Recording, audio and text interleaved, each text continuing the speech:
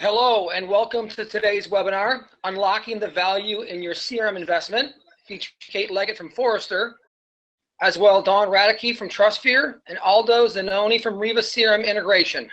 My name is Brian Laban, and I'm the General Manager and Senior Vice President of TrustSphere here in the US.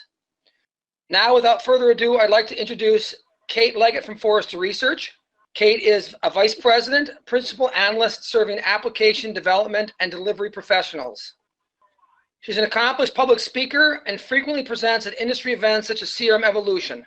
She's been published in the Wall Street Journal, Forbes magazine, and industry publications such as CRM Magazine, KM World, and Destination CRM. We are thrilled to have her on our presentation team today. Okay, thank you. And welcome everyone to have taken an hour out of your busy day to listen to all of us speak. I'm going to start with a discussion about the age of the customer. So CRM, and to understand the importance of CRM, we really need to start by having a discussion about the power of the modern customer. So in the past, you think back a decade ago, 2 decades ago, companies did a great job at controlling all the information about its company, the products they sold, the services they provided. For example, a product's price, its location, its features and functions, how it was used to deliver value. So what happened a decade ago was that social media came on the stage and ushered in what Forrester called the age of the customer. And today there is transparency and authenticity about information that's relevant to a company's products and services that's available to customers, from its specifications to case studies to how a product or service is rated and reviewed by other customers. And what it means is that today customers are really sitting in the driver's seat and they're controlling the conversation that they are having with companies that they do business with. And because of this, companies have to be a lot more obsessed with delivering experiences in line with customer expectations to be able to garner their satisfaction and their long-term loyalty to the brand. And what we find is that this customer obsession and the importance of delivering experiences in line with customer expectations is not only true in the B2C world, but it is increasingly true in the B2B world. What are the experiences that customers expect throughout their journey with a company as they find out about a product or about a company, as they choose to buy a product or subscribe to a service, as they learn how to use the product and as they get service? That's the entire customer journey. Your customers, first of all, expect easy interaction. They want to be able to get their transaction done. They want to be able to get their question answered, their issue resolved as quickly as possible, and then get on with their busy lives. They also expect effective interactions that fully answer their question, fully resolve their problem, fully complete the interaction that they set out to do. Experiences have to deliver value to customers. And lastly, once the customer has interacted with a company, they want to walk away from that interaction feeling good about it because they want the interaction to be personalized, contextualized to their particular situation, to their history of products that they've bought, to the history of interactions and conversations that they've had with a company. And why do we care so much about providing good customer experiences? These experiences that are easy, that are effective, and have that emotional quotient to them is because we know that good customer experiences have a direct impact on a company's top-line revenue. A customer who's had a good customer experience is a satisfied customer. And we know that customer satisfaction correlates to customer loyalty. And a loyal customer is one who's more likely to keep their business with a company. A loyal customer is also one who's more likely to consider another purchase from the company, like a cross-sell, an upsell, or a completely new product or service. And also, a loyal customer is one who is more likely to serve as an advocate for your company, for your product, and the products and services that company makes, which ultimately influences future sales. So net-net, good customer experiences are good for business. And that is why you care about providing experiences in line with customer expectations, because, again, good customer experiences correlate to increased top-line revenue. And at Forrester, we have a tremendous amount of data that shows the correlation. In a survey that we did very recently, we saw that 3/4 of the over 2,000 decision makers that we surveyed said that their top business priorities were to grow revenues, which is obvious, and to improve the experience that they deliver to customers.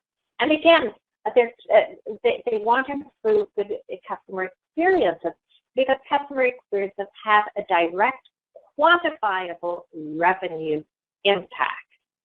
And so you have to ask yourself, where does CRM fit into this discussion about customer experiences?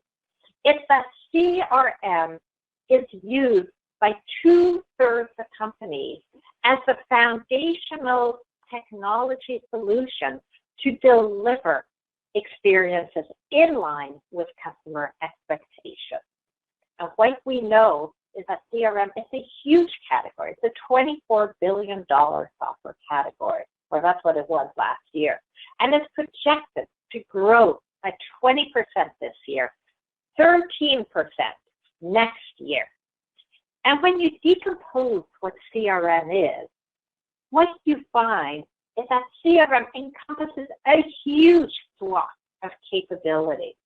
So CRM is a technology or a set of technologies that's been around for 20 years in some shape or form. And CRM technologies today are fairly mature. And again, they cover this huge swath of capabilities that's able to support a customer in their end-to-end journey with a company. For example, marketing. So CRM encompasses marketing capabilities for customer targeting, things like cross-channel campaign management capabilities. They cover capabilities for customer acquisition, like sales automation, partner relationship management, contract lifecycle management. They cover capabilities for service and customer retention, like customer service agent desktop solutions, loyalty capabilities, field service, billing. They include capabilities like feedback management, analytics, data management for customer understanding. So if you look at a mature CRM, it is stuffed full of capabilities, again, to support a customer through their end-to-end journey. And so it's no surprise with all these features and functions within a CRM that companies are struggling at delivering good experiences. And for the last 8 years, we've been measuring the customer experience that close to 400 brands deliver by asking consumers who have interacted with these brands 3 simple questions. First of all, how easy was the company to do business with? How effective was the interaction? And then did the interaction elicit a positive emotion? And we run this survey twice a year, and the data that you're looking at is from Q1 and Q3 of last year. And in both cases, most companies provide an okay experience. A quarter provide good experiences or better. A quarter provide poor experiences or worse. But looking at this data, there's very, very few companies that provide excellent experiences. And this means that there's a lot of room to do better at delivering customer experiences. Now, when we drill into what actually are companies struggling with the CRM deployment, where are they unable to get value out of their deployment? So to explore this question, last year we ran another survey at Forrester, and we surveyed CRM practitioners who had recently deployed a CRM. And what we found is that these CRM practitioners struggled on 4 fronts. First of all, people factors, like slow user adoption, inattention placed to change management and training, changing organizational culture to adapt to new ways of working with a new CRM. They struggled with strategy. For example, trying to get executive support from their overall CRM strategy, putting a high level of strategic plan and roadmap in place. Many companies have poorly defined objectives, and many companies as well struggle with business processes, where their CRM business processes and business requirements were not well defined, where they have to excessively customize solutions to make it work for them. But here, 35% struggled with technology. And this was interesting to us because we saw CRM technologies are 20 years old. They are chock full of features and functions. They should be able to work for everyone. So we delved into this 35% of companies that are really struggling in getting value and having issues with their actual CRM on the technology point of view. And what we found is that a huge number, almost half of CRM practitioners who had implemented a CRM very recently were still struggling with getting that single view of the customer. And 41% were having issues with getting insight about their customers to drive decision making. And this really surprised us, and so we set that. And we asked ourselves, why are CRM practitioners struggling? Here's an example. Think about a sales process for a complex product. To sell a complex product, say it's a B2B sale, the sale is typically done in teams. You've got a salesperson, a field salesperson, a sales engineer. You may have a product management. You may have some professional services folks on the sales team. And each person on the sales team is interacting with different stakeholders. And each person needs to quickly understand who the stakeholders are, the relationships between the different stakeholders within the company. And they need to understand the conversations and interactions that have occurred within the different stakeholders within that company. Trying to get this information in an actionable format, it's really hard to do. And most times, the different members of the sales team have to wade through a set of records or notes and toggle back and forth between many screens to get that understanding the customer, all the conversations that have happened with the different stakeholders within that company, and to understand the health of the sale. And this is because CRM today, it's just sometimes too complex for sales to be able to effectively do their job. So what's happening is that salespeople are not able to deliver engagement in a way that meets their buyers' expectations. So buyers, again, they expect easy experiences. They want to be able to contact the company and the salesperson over the channel, the touch point of their choice. They expect effective experiences. They want their time to be valued. Every interaction, every conversation has to be relevant, has to provide accurate information, has to exceed the buyer's expectations so that the sales process moves forward. And buyers, again, don't want this one-size-fits-all interactions. They want interactions and conversations to be deeply personal, contextual to their particular industry, their situation. They contextualize to the scenario that they're trying to address with this purchase. And so what this means for the sales team is the sales team has to deliver these easy, effective interactions that helps build on that emotional bond between the salesperson and the buyer. And they have to harvest and use knowledge about the company, about the buyer, to deeply personalize experiences. This is really difficult to do with modern CRMs because sometimes it's just too complex. And why do you want to streamline your CRM to be able to support CRM users interacting with your customer base, not only for sales, but for marketing and service as well? Is because ultimately, again, good customer experiences have a positive impact on top-line revenue as measured by customer retention, customer enrichment, additional purchases, and advocacy, which drive new sales. So with that, Don, I'm going to hand it off to you again. Thank you, Kate. Your research and insight is extremely relevant in today's CRM market. Our next speaker is Don Radke, North American Director of Routes to Market at TrustSphere. Dawn works out of our Minneapolis office in sales, marketing, and partner success across our relationship analytics solution set. She brings over 20 years of IT sales and channel experience, having worked for major vendors such as IBM, as well as mid-sized solution providers, resellers, and startups in the technology space. Every day she works with our extended sales team to promote and position relevant relationship analytics offerings across multiple industries and environments. Her strong focus in CRM and business communication help her connect multiple elements to enable sales effectiveness and ultimately enhance customer journeys. Take it away, Dawn. As Kate mentioned, customer relationship management as a discipline is exploding.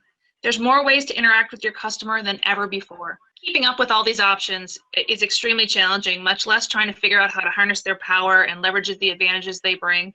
It can be extremely challenging. So should we be tweeting every day? Whose blog posts should we be following and commenting on? Do customers really expect us to have stern presence in industry journals and lighthearted Snapchats from really cool places all the time? Not every option makes sense for every business. Executives have to filter out the noise and decide which inputs and outputs can help them stay relevant and move their business forward. CRM is one way to do this. Typically, CRM functions as kind of an advanced address book. We talk about, first name, last name, company, email, maybe a transaction or two. But what we really need to get to is more of a reflection of what's really going on from a communications perspective. This is where relationship analytics comes into play. So relationship analytics is basically building and maintaining an enterprise's social graph based on actual communication flows. But this is more than just a pretty picture. Sometimes people think it looks like the flight maps from an in-flight airline magazine. But we actually dig into the strength of these connections. We run the data through a complex algorithm and we look at currency, frequency, response rate, all kinds of different pieces to understand if it's really a relationship. If I send you 50 emails and you never respond, that's not a relationship, that's just traffic. On the other hand, if we send emails back and forth all the time with relatively frequent current responses, if we're exchanging calendar invites, things like that, that does indicate that we're having some strong conversations about something. What relationship analytics is not, it's not Big Brother.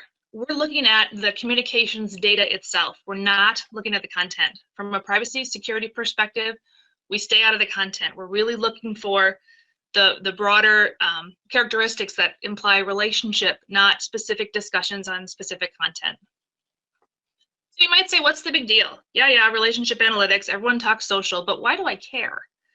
So if we look at, in the late 1990s, there was a British anthropologist and evolutionary psychologist named Robin Dunbar, and he looked into the capacity as humans to maintain human relationships. He formulated a measurement that was specifically the cognitive limit to the number of individuals with whom any one person can maintain stable relationships. So what he and his team came up with was about 150.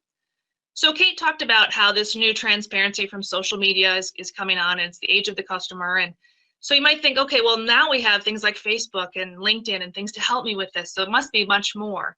But actually, he uses these tools and he's found them to track the relationships is a lot easier, but the number still maxes out about 150.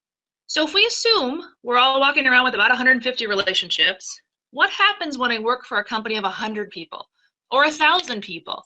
That becomes 150,000 relationships, which kind of makes you understand the magnitude and the potential that this asset carries. How do we figure that out?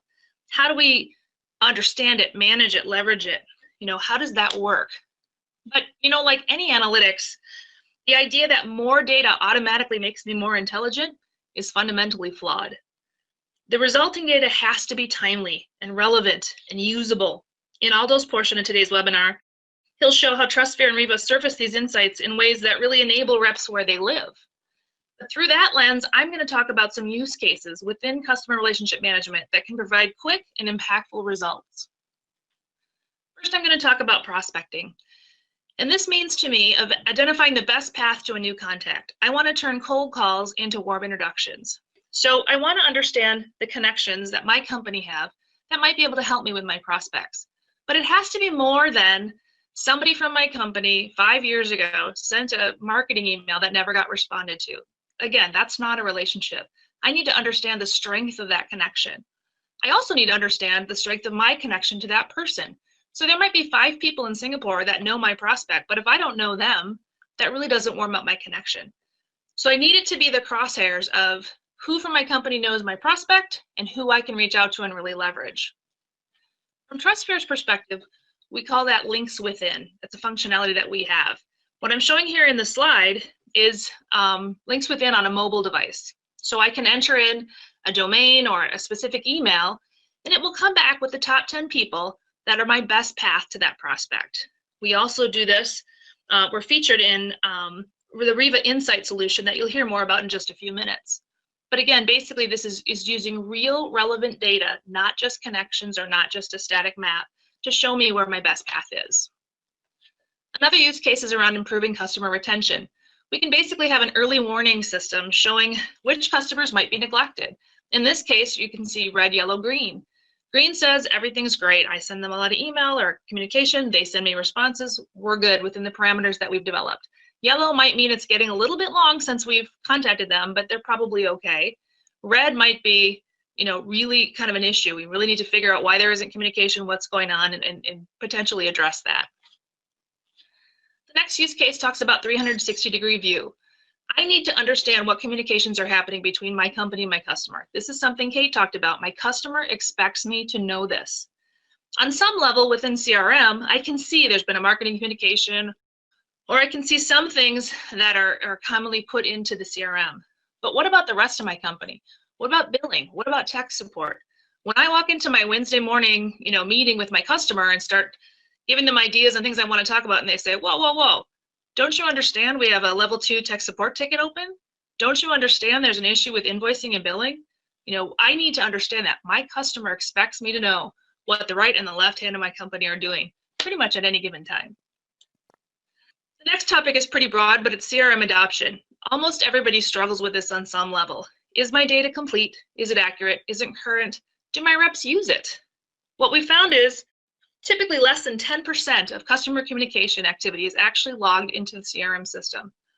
So if you really look at that number, we're asking our sales reps to work on potentially 90% inaccurate or not current data and make decisions on how they're going to do their sales activities, run their day, talk to their customers with that kind of data. From a TrustSphere perspective, there's a couple ways we can address this. Some of the easiest ways talk about finding unregistered contacts and activities. We've seen 3 to 4 times the contacts and activities go into a CRM without manual intervention using relationship analytics. So I may have customer XYZ and 5 contacts in there, but my company is actually interacting with 10 or 15 people from that company. Nobody's taken the time to manually enter them into the CRM. We can do that using relationship analytics, watching the communication patterns, and present them so that you can add them to your CRM without having to actually manually go in and do it. So this is a way we've really found some success, and some customers have gained some quick traction using this kind of technology. Another place is in transition. Every sales team has attrition of some sort. And when a rep leaves, it can be extremely difficult to figure out what he or she was working on, what they most currently were talking about or recently communicated with. Here you can see a report from the CRM that will show this is exactly what that rep was doing. And you can hand that to the new rep or the new resource, and they can fall right into step with what was going on, rather than trying to guess or trying to roughly estimate what really was happening before the previous rep left. To give you a real world example, the customer we are talking about here is Eagle Technology, and they're using relationship analytics and found these 3 benefits pretty much immediately. First of all, the increase in known contacts. They found 70% increase. Now they felt like they were pretty diligent and pretty up to date with their CRM, more so than a lot of people, but this number just blew them away right off the bat. The second one was that real-time holistic view. Again, that 360 view. Their reps found that extremely useful, particularly the fact that was without additional manual data entry, they were able to get that benefit, which actually led into the third point of increased adoption. When the data in the CRM became more usable to the reps, they started using it and trusting it more. This was almost an unintended benefit, but it became a huge deal to the customer as they implemented this technology. Here's a quote from that customer. We needed to quickly identify the most important contacts inside our client database who hold the key relationships from both organizations and determine the strength of our relationship with them. If you're interested in more information about this particular customer scenario, we do have a video on our website, TrustSphere.com/videos. You can hear Matt talk all about it. So we've talked about relationship analytics and unlocking the power of the internal collective network. We've talked about it for prospecting, customer retention, 360-degree view, CRM adoption, data quality, and even employee transition. So yes, your relationship network may be your most valuable, but possibly undiscovered asset within your corporation. The insight from relationship analytics can be astounding, but only if what you find is actionable, related to better business outcomes, and fits comfortably enough within reps' existing work structure to actually be used. This is where Riva CRM integration comes into play. They make it seamless and easy to surface this information within the systems you're already working in. For more on this, I'll now turn this over to the CEO of Riva CRM Integration, Mr. Aldo Zanoni. Thank you, Dawn. I don't very often get introduced as Mr. Aldo Zanoni. You actually make me sound as old as I actually am. Thank you for sharing that information about relationship analytics. We've heard about CRM and we've heard about TrustSphere. My turn now is to talk to you about how Riva CRM integration creates a 1 + 1 = 10 equation. And that's done by helping companies appreciate and deliver on the promise of CRM. And if we're going to get to the age of the customer that Kate has identified, and if we're going to deliver relevancy, and if we're going to build on our network, we have to understand how we can improve the customer experience.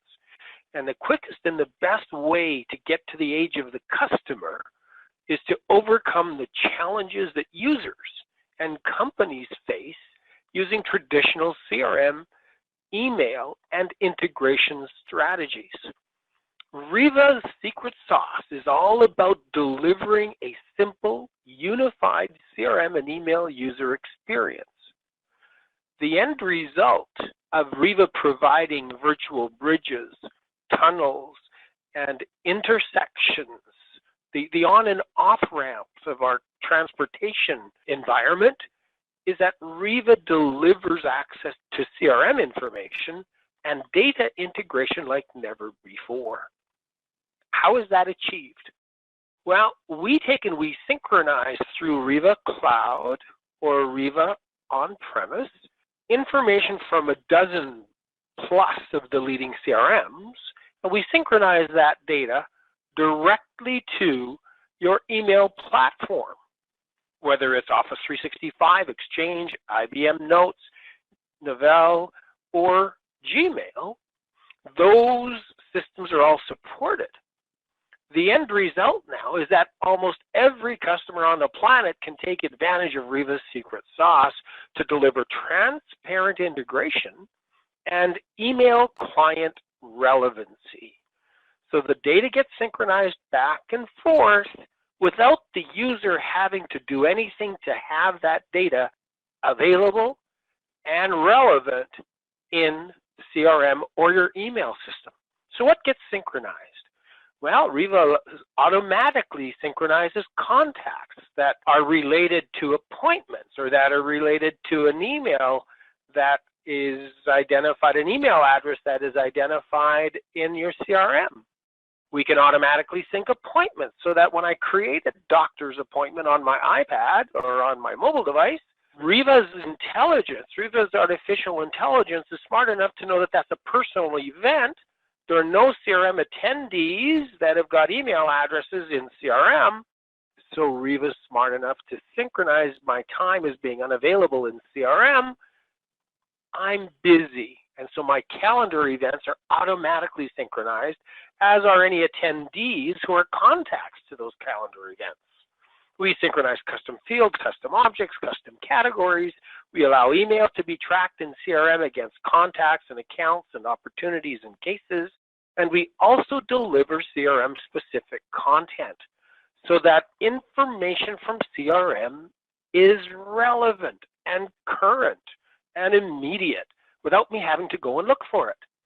So for example, here I'm looking at a CRM opportunity directly in my email client.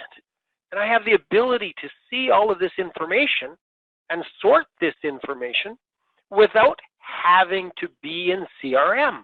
I'm able to consume that information directly in all email clients, whether I'm on my mobile device, whether I'm in a browser, whether I'm on a Mac, whether I'm on a PC. And that's what Riva Sync does. It synchronizes your calendars and opportunities and cases and projects. And it synchronizes your relevant contacts, contacts with whom you've got a relationship that's being tracked in CRM. And it synchronizes your tasks and appointments. That's the sync piece. And then to integrate and to create a new user experience, we've created Insight. And we've integrated TrustSphere links within and TrustView to enrich and to make relevant the information that is being hidden in your CRM. And how do we do it? Well, companies, as Kate identified, have multiple ways of interacting with end users. And then you add the websites, the contact us, the support requests, the chat links, the social, the phone, but email is still king. When it comes time to place that order, that stuff is still happening from a communications perspective through email. And that's where people live. So what is Riva Insight? Riva Insight exposes relevant CRM data, important CRM data, so that when I select an email or I select a calendar appointment, a meeting request, I'm immediately able to see relevant information about the recipients or the sender or the attendees. And I see this side panel, which is completely customizable by your Riva administrator. And so it brings CRM data, but not just CRM data that I know about. It gives me, assuming the information is in CRM, I immediately know the person's position, their phone numbers. I know what time of day it is, where they're located. I know what time of day it is for their head office. I see the social panel across the top. This is our social pane. I also see upcoming events and recent interactions.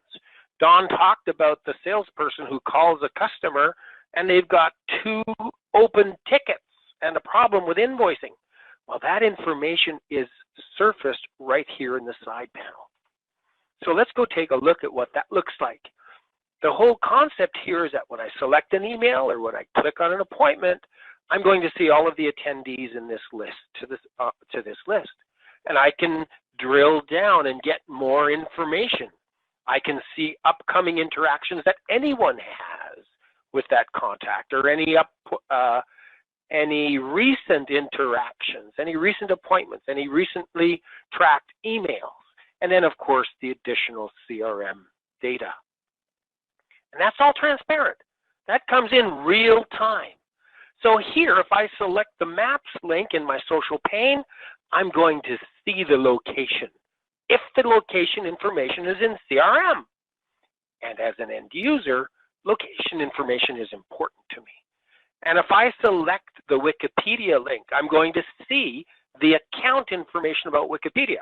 Every good salesperson should go in and check out the Wikipedia for a new account for prospecting. And if I want to see the Google information, well, I just click on the social pane, click on the correct icon, and boom, it's going to take me to Google News and the weather. And that's all information that drives relevancy and currency and helps the end user of CRM be able to better engage with each of the customers.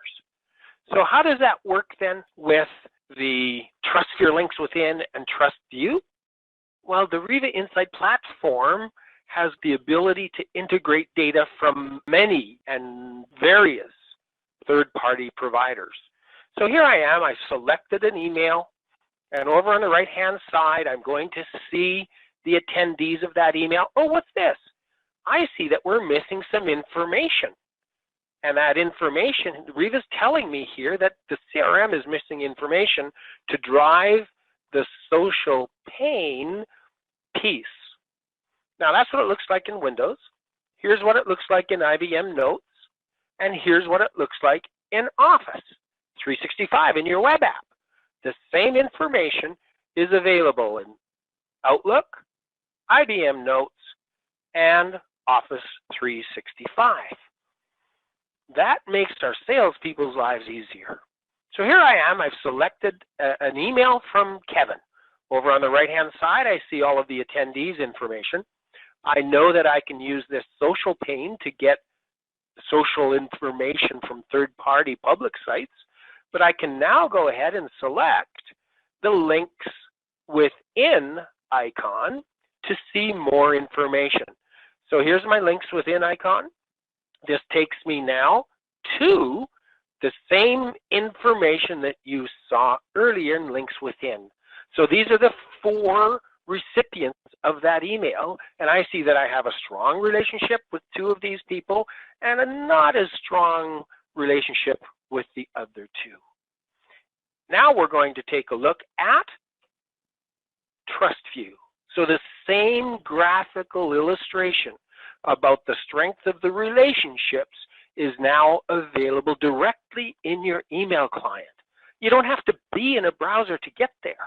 And if I drill down by selecting one of these users, I can see other people's relationships, internal people who have relationships with that contact. And that's the power and the relevance of seeing TrustSphere and links within information, as well as the social information and the CRM data and data from third-party applications. For example, here's data from inside view, except now I'm looking at a contact. So when I click on a contact, the first thing I'm going to say is, well, what are the interactions that have been held with Heidi? And here we have all of that information. Now, with Inside View, if I select the Inside View link over here on the right-hand side, this is going to take me directly to Inside View, which is a market intelligence platform. Now I'm able to see that when I do a search in Inside View, I have 3 companies that are able to be searched on. I select the appropriate company, and I start to get market intelligence about that account. And with our next release, we'll have the ability to enrich CRM with this information with a single click. And then if I want to go in and pursue contact information, here I see a list of contacts. Here's Heidi's information. I now can go in here and I see her information, and I've got the ability to enrich CRM directly from Inside View and or other sources so that I don't have to enter this information by myself. So what Riva Sync does is it gives you the ability as a CRM user to have your CRM actually work for you the way you want it to work. And it automates all of the things that you expect should be automated. It gives you immediate access to related and relevant CRM data in your email client, gives you access to related and relevant social data, which delivers what's called the land and expand opportunity to sell deeper and wider. And it's about not only giving your user the 360-degree view of your customers, but this is what's going to allow you to continue to improve on that formula to deliver customer delight, which in turn is going to drive satisfaction, retention, advocacy, loyalty, and future growth. So we believe that with CRM, TrustSphere, and Riva, we're able to help your users drive toward that goal of customer delight. And that brings us to the end of our presentation. I would like to thank you on behalf of the team and open the floor to questions. Brian, I believe you have the questions. Thanks, Aldo. It's great to understand how Riva is really helping companies leverage customer insight right from within their email client. Yes, at this point, we would like to take some time to respond to some questions around today's presentation. So I've got a couple questions that have been submitted so far. The first one, can we use Riva Insight for links within or TrustView if we're not a TrustSphere customer? I think that one's for me or for Don, but I'll answer it if I may from a Riva perspective. Riva Insight, of course, requires that you have Riva in place. And the only way that we're going to be able to get information from TrustSphere for Riva Insight with links within and TrustView is if you are a TrustSphere customer. So the answer is yes, TrustSphere is required in order to work with Riva Insight. Great, thanks, Aldo. This one I think is for Dawn. What about contacts that I don't want added to my CRM?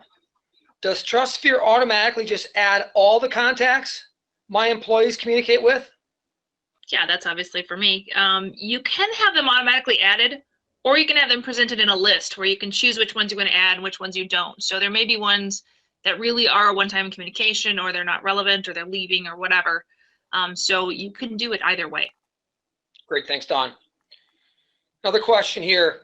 Why is it important to be able to see the TrustSphere links within and or TrustView data in Outlook? And I think that's for Riva. Thanks, Brian. The answer to that question is similar to what Kate mentioned earlier. It's one thing for your CRM to have a whole bunch of data, or it's one thing for TrustSphere to have a whole bunch of data. The relevancy, the immediacy, and the currency, how up to date is that information? That's what customers care about. That's what users care about. And users don't want to have to flip back and forth across multiple applications to get access to the data. Yes, we're surfacing the same information that's available in TrustSphere or Inside View or CRM, but to go back to Kate's presentation, it's about making it simple, easy, and relevant to deliver that 360-degree customer view. Thanks, Aldo. We've got time for just two more questions. Here's the next one. How can TrustSphere rate a relationship without understanding the content of the email? I'll take that, Brian. Basically, we run the communications data through an algorithm that looks at another number of factors: currency, frequency, responsiveness. I talked about that a little bit. But remember, what we're trying to determine is the strength of the relationship itself, not a conversation specific to a topic or a subject. So like when you think about Google Maps showing you roads, we're like the traffic indicators overlaying the maps. We're not a description of each car on the road. We just talk about that traffic and what that can tell us. Hopefully that answers the question. Thanks, Dawn. And here's our last question. Is TrustSphere links within and TrustView available through any other Outlook plugins? My understanding is that Riva Insight is the first application to expose TrustView and links within directly within your Outlook, Windows, IBM Notes, or Office 365 web app. We're pleased to work with leaders like TrustSphere to be able to deliver that type of relevancy. Great, thanks, Aldo. Okay, thanks for the questions from our audience and for the answers from our panelists. If you do have additional questions, please feel free to send them to marketing@trustsphere.com, and we'll make sure they get to the right resource to get them answered promptly. Again, I'd like to thank you for your time today and encourage you to check out our new website at trustsphere.com or Riva's great site at rivacrmintegration.com. Or for more great and timely insight, check out Kate, including links to her blog at www.forrester.com/Kate-Leggett. This concludes today's session. Have a great day.